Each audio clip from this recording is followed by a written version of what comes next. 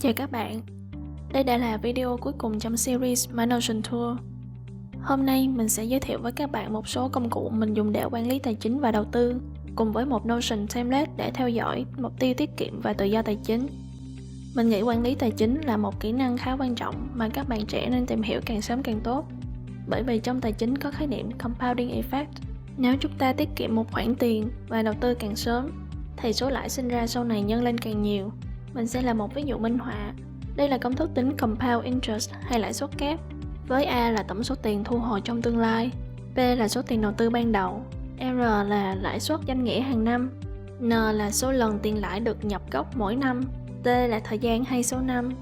Bây giờ mình sẽ áp dụng công thức với số tiền đầu tư ban đầu là 1.000 đô, lãi suất 7% một năm, N bằng 12, trong thời gian là 30 năm, thì số tiền thu hồi sau 30 năm là trên 8.000 đô. Để thấy được sức mạnh của lãi suất kép, thì mình sẽ tính và so sánh số tiền thu hồi giữa lãi kép và lãi đơn qua các năm. Các bạn có thể thấy càng về sau thì sự chênh lệch càng lớn.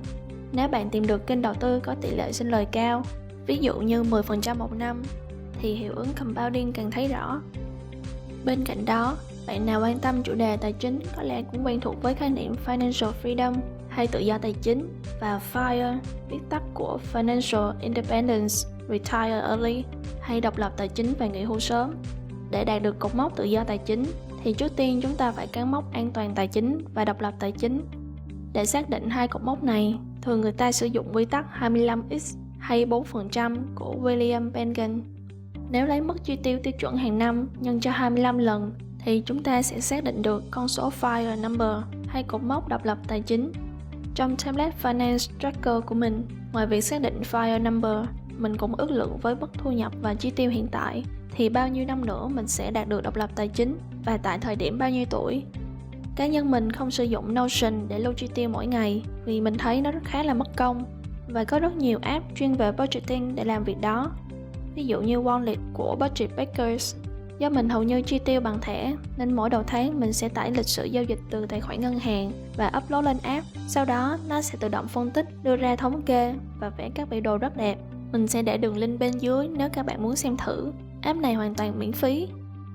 Và mỗi đầu tháng mình chỉ cần cập nhật tổng thu nhập và chi tiêu của tháng trước từ Wallet vào bảng monthly của Notion template và tạo cột tính cash flow. Mình cũng cập nhật giá trị của các tài sản trong bảng portfolio. Bảng trên cùng mình theo dõi tiến độ tiết kiệm trong năm nay. Tất cả số liệu ở đây đều là giả sử nha. Mình nhập mục tiêu tiết kiệm cho năm nay vào ô này. Kế bên là số tiền mình có trước khi bắt đầu dùng template. Tổng thu và chi được lấy từ bảng monthly.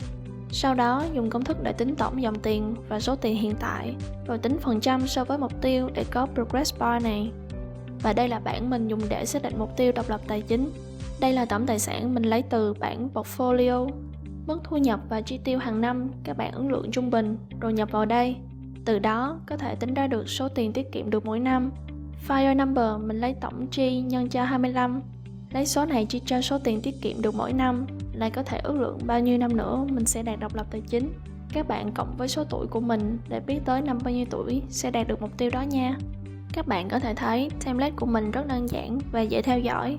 Mình nghĩ sau khi giới thiệu xong, các bạn cũng có thể tự xây dựng template riêng cho mình hoặc tải template của mình từ đường link bên dưới.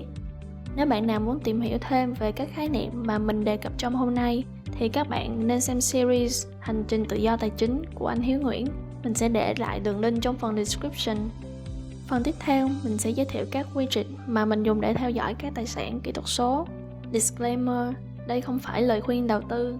Các bạn cần tìm hiểu thật kỹ trước khi đầu tư bất kỳ lĩnh vực nào nhé. Đầu tiên là chỉ số tham lam và sợ hãi. Các bạn vào đường link này, kéo xuống dưới cuối trang để tìm embed code. Code ở trên nó sẽ tự update mỗi ngày, còn ở dưới có thể chọn một ngày cụ thể. Copy và dán vào Notion, chỉnh lại kích thước cho phù hợp. Tiếp theo, các bạn vào trong action.co, gõ từ khóa CoinGecko, click vào kết quả và làm theo hướng dẫn. Đầu tiên vào trang CoinGecko, như các bạn có thể thấy có rất nhiều widget ở đây. Mình sẽ chọn bảng hiển thị giá này, chọn các coin mong muốn. Các bạn có thể chọn đơn vị tiền tệ là Việt Nam đồng hoặc thay đổi màu background. Sau đó copy code, quay về trang Action, click vào đường link trong bước 4. Các bạn tạo tài khoản trên Action, Tài khoản free sẽ được tối đa 3 widget. Dán đoạn code lúc nãy vào, chọn background color, update, copy đường link phía trên và dán vào Notion. Chỉnh lại kích thước cho phù hợp. Tương tự, các bạn cũng thể nhúng chart từ TradingView. Có rất nhiều loại widget từ cổ phiếu cho tới chứng khoán. Chart sẽ là widget đầu tiên. Chọn các widget.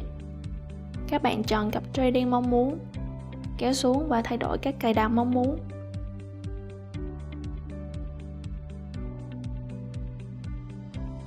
Click Apply và Copy Code.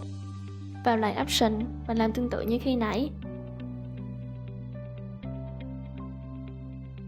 Nếu các bạn đầu tư Bitcoin, các bạn có thể tải miễn phí template này từ đường link trong description nhé. Vậy là mình đã giới thiệu xong 16 Notion templates qua series My Notion Tour. Các bạn có thể vào xem và tải về từ đường link bên dưới. Tuần sau mình sẽ bắt đầu làm video hướng dẫn cách xây dựng các template này. Các bạn có thể bấm theo dõi nếu quan tâm nhé. Cảm ơn các bạn. Chúc các bạn một ngày làm việc hiệu quả. Hẹn gặp lại các bạn.